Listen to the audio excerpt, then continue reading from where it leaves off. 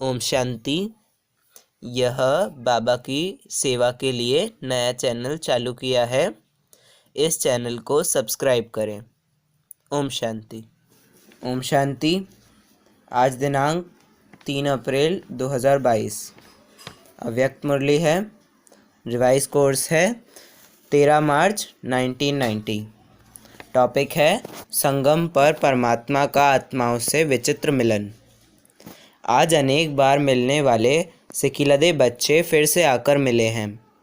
बाप भी उसी पहचान से बच्चों को देख रहे हैं और बच्चे भी उसी अनेक बार मिलने वाली स्मृति से मिल रहे हैं। यह आत्मा और परमात्मा बाप का विचित्र मिलन है। सारे कल्प में कोई भी आत्मा इस स्मृति से नहीं मिलती कि अनेक बार मिलने के बाद फिर से मिले हैं।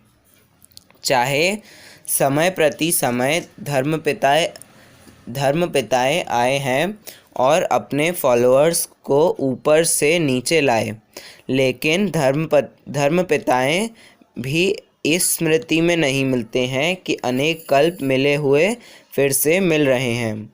इस स्पष्ट स्मृति से सिवाय परमपिता के कोई आत्माओं से मिल नहीं सकते।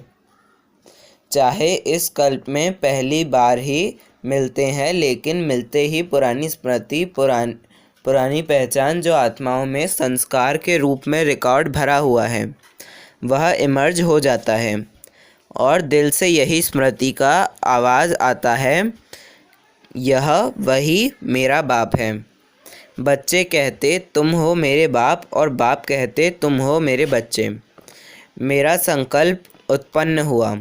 उसी सेकंड उस शक्तिशाली स्मृति से संकल्प से नया जीवन और नया जहान मिल गया और सदा के लिए मेरा बाबा इस स्मृति स्वरूप में टिक गए।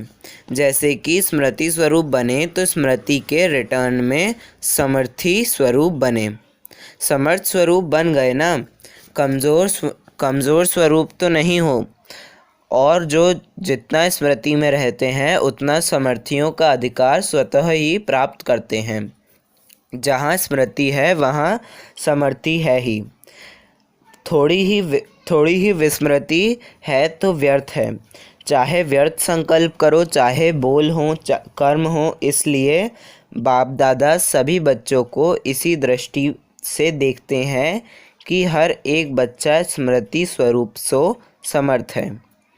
आज तक भी अपना सिमरण भक्तों द्वारा सुन रहे हैं।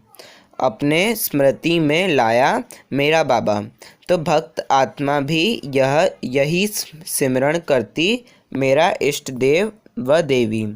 जैसे आपने अति प्यार से दिल से बाप को याद किया, उतना ही भक्त आत्माएं आप इष्ट आत्माओं को दिल से अति प्यार से याद करती हैं। आप ब्राह्मण आत्माओं में भी कोई दिल के स्नेह संबंध से याद करते हैं और दूसरे दिमाग द्वारा नॉलेज के आधार पर संबंध को अनुभव करने का बार बार प्रयत्न करते हैं। जहाँ दिल का स्नेह और संबंध अति प्यारा अर्थात अति समीप है, वहाँ याद भूलना मुश्किल है। जहाँ सिर्फ नॉलेज के आधार पर संबंध है लेकिन दिल का अटूट स्नेह नहीं, वहाँ याद कभी सहज कभी मुश्किल हो जाती है। जैसे शरीर के अंदर नस नस में ब्लड समाया हुआ है, जैसे आत्मा में निष्पल अर्थात हर पल याद समाई हुई है। इसको कहते हैं दिल के स्नेह संपन्न निरंतर याद। जैसे भक्त आत्माएं बाप के लिए कहती हैं, जहाँ देखते हैं तू ही तू है।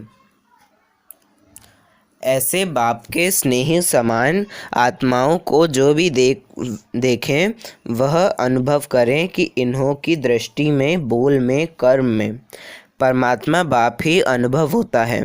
इसको कहते हैं स्नेही सो समान बाप। तो स्मृति स्वरूप तो सभी हो, संबंध भी सभी का है, अधिकार भी सभी का है, क्योंकि सभी का फुल अधिकार का संबंध बाप और बच्चे का है। सभी कहते हैं मेरा बाबा, मेरा चाचा, मेरा काका कोई नहीं कहते। अधिकार का संबंध होने के कारण सर्व प्राप्तियों के वर्षे के अधिकारी हो।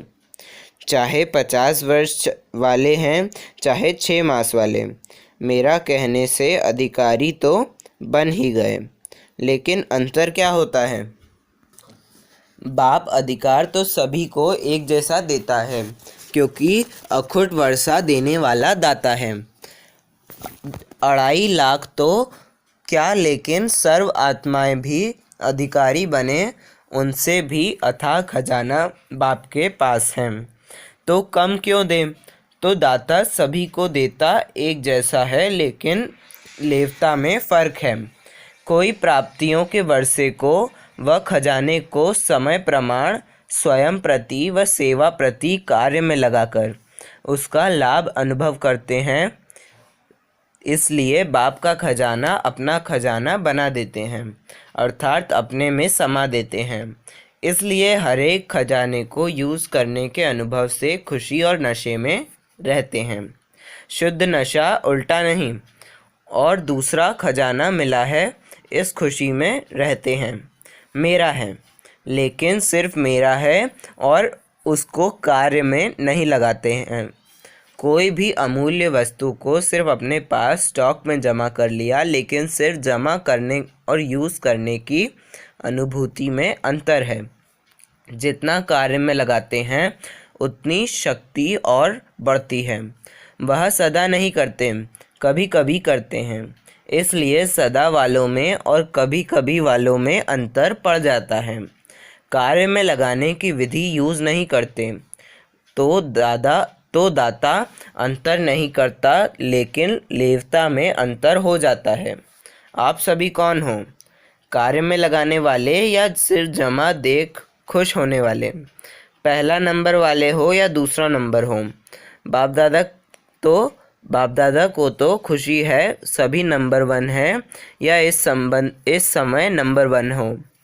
बाप दादा सदैव कहते हैं सदा बच्चों के मुख में गुलाब जामुन हो। जो कहा वह किया, अर्थात सदा गुलाब जामुन मुख में है। दुनिया वाले कहते मुख में गुलाब, लेकिन गुलाब से मुख मीठा नहीं होगा। इसलिए गुलाब जामुन मुख में हो तो सदा ही ऐसे मुस्कुराते रहें।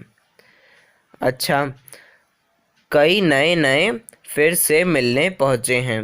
जो भी इस कल्प में फिर से मिलन मना रहे हैं, उन बच्चों के लिए विशेष बाप दादा स्नेह का वरदान देते हैं कि सदा अपने मस्तक पर बाप का हाथ अनुभव करते चलो। जिसके सिर पर बाप का हाथ है वह सदा इस वरदान के अनुभव से सब बातों में सेफ है। यह वरदान का हाथ हर बात में आपकी सेफ्टी का साधन है। सबसे बड़े सिक्योरिटी यही है। बाप दादा सभी टीचर्स की निमित्त बनने की हिम्मत देख खुश हैं। हिम्मत रख निमित्त तो बन ही जाते हो ना।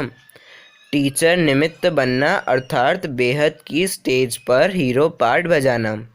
जैसे हद की स्टेज पर हीरो पार्टधारी आत्मा की तरफ सबका विशेष अटेंशन होता है, ऐसे जिन आत्माओं के निमित्त बनते हो विशेष वह और जनरल सर्व आत्माएं आप निमित्त बनी टीचर्स को उसी दृष्टि से देखते हैं। सभी का विशेष अटेंशन होता है ना, तो टीचर्स को अपने में भी विशेष अटेंशन रखना पड़े, क्योंकि सेवा में हीरो पार्टधारी बनना अर्थात हीरो बनना। दुआएं भी टीचर्स को ज़्यादा मिलती हैं। जितनी दुआएं मिलती हैं उतना अपने ऊपर ध्यान देना आवश्यक है। यह भी ड्रामा अनुसार विशेष भाग्य है, तो सदा इस प्राप्त हुए भाग्य को बढ़ाते चलो। 100 से 1000, 1000 से लाख, लाख से करोड़, करोड़ से पदम, पदम से भी पद्मा पदम। सदा इस भाग्य को चढ़ाते चलना है। इसको कहते हैं योग्य आदर्श टीचर।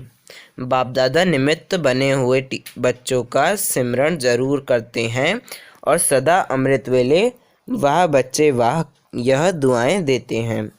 सुना सेवाधारियों ने, टीचर्स माना नंबर 1 सेवाधारी।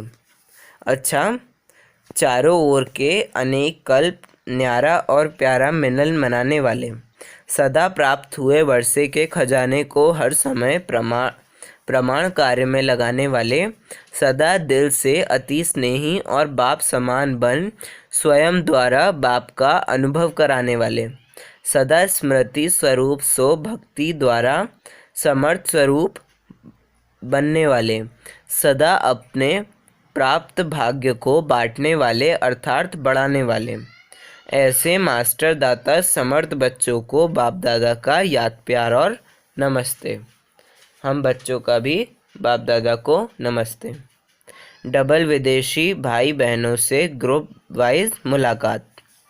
पहला, सभी अपने को बहुत बहुत भाग्यवान समझते हो, क्योंकि कभी कभी स्वप्न में भी संकल्प नहीं होगा कि ऐसी श्रेष्ठ आत्माएं बनेंगे, लेकिन अभी साकार में बन गए। देखो कहाँ कहाँ से बाप दादा ने रत्नों को चुनकर रत्नों की माला बनाई है, ब्राह्मण परिवार की माला में पिरोए गए, कभी माला से बाहर तो नहीं निकले। कोई भी माला की विशेषता और सुंदरता क्या होती है? दाना दाने के साथ मिला हुआ होता है। अगर बीच में धागा दिखाई दे, दाना दाने के साथ नहीं लगा हुआ हो तो सुंदर नहीं लगेगा। तो आप ब्राह्मण परिवार की माला में हो, अर्थात सर्व ब्राह्मण आत्माओं के समीप हो गए हो। जैसे बाप के समीप हो, वैसे बाप के साथ साथ परिवार के भी समीप हो, क्योंकि यह परिवार भी इस पहचान से परिचय से अभी मिलता है। परिवार में मज़ा आता है ना, ऐसे नहीं कि सिर्फ बाप की याद में मज़ा आता है। योग परिवार से नहीं लगाना है, लेकिन समीप एक दो के रहना है। इतना बड़ा 2.5 लाख का परिवार कोई होगा? अभी तो 9-10 लाख से भी बड़ा परिवार है। तो परिवार अच्छा लगता है या सिर्फ बाबा अच्छा लगता है? जिसे सिर्फ बाबा अच्छा लगेगा वह परिवार में नहीं आ सकते। बाप दादा परिवार को देख सदा हर्षित होते हैं और सदा एक दो की विशेषता को देख हर्षित रहते हैं। हर ब्राह्मण आत्मा के प्रति यही संकल्प रहता है कि वाह ब्राह्मण आत्मा वाह। देखो बाप का बच्चों से कितना प्यार है, तब तो आते हैं ना, नहीं तो ऊपर बैठकर मिल लें। सिर्फ ऊपर से तो बैठकर नहीं मिलते। आप विदेश से आते हो तो बाप दादा भी विदेश से आते हैं। सभी दूर दूर से आते हैं, लेकिन आते सेकंड में हैं। आप सभी भी सेकंड में उड़ती कला का अनुभव करते हो, सेकंड में उड़ सकते हो। इतने डबल लाइट हो, संकल्प किया और पहुंच गए, परमधाम कहा और पहुँचे। ऐसी प्रैक्टिस है? कहाँ अटक तो नहीं जाते हो? कभी कोई बादल तंग तो नहीं करते हैं? केयरफुल भी और क्लियर भी ऐसे हैं ना। डबल विदेशी बच्चों को आते ही सेंटर मिल जाते हैं, बहुत जल्दी टीचर बन जाते हैं, इसलिए सेवा की भी दुआएं मिलती हैं। दुआएं मिलने की विशेष लिफ्ट मिलती है। साथ साथ आते ही इतने बिजी हो जाते हैं जो और बातों के लिए फुर्सत ही नहीं मिलती। इसलिए बिजी रहने से घबराना नहीं है, यह गुड साइन है। कई कहते हैं ना, लौकिक कार्य भी करें फिर अलौकिक सेवा भी करें और अपनी सेवा भी करें। यह तो बहुत बिजी रहना पड़ता है, लेकिन यह बिजी रहना अर्थात मायाजीत बन जाना, यह ठीक लगता है या लौकिक जॉब करना मुश्किल है? लौकिक जॉब नौकरी जो करते हैं उसमें जो कमाई होती है वह कहाँ लगाते हो? जैसे समय लगाते वैसे धन भी लगाते हो, तो तन मन धन तीनों ही लग जाते हैं, सफल हो जाते हैं ना, इसलिए थकना नहीं। सेंटर खोलते हो तो कितनी आत्माओं का संदेश सुनते ही कल्याण होता है। तो मन और धन का कनेक्शन है। जहाँ धन होगा वहाँ मन होगा, जहाँ मन होगा वहाँ धन होगा। बाप दादा डबल विदेशियों को सर्व प्रकार से सफल करने में बिजी देख खुश होते हैं। सभी गोल्डन चांसलर हो, सदा याद रखना कि सफलता मूर्त और सदा सफलता मेरे गले का हार है। कोई भी कार्य करो तो पहले यह सोचो कि सफलता मेरे गले की माला है। जैसा निश्चय होगा वैसा प्रत्यक्ष फल मिलेगा। अच्छा, सेकंड, यह स्वीट साइलेंस प्रिय लगती है ना, क्योंकि आत्मा का ओरिजिनल स्वरूप ही स्वीट साइलेंस है।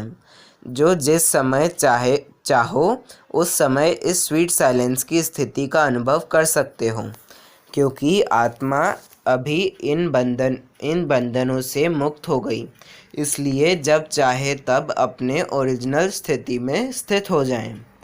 तो बंधन मुक्त हो गए या होना है।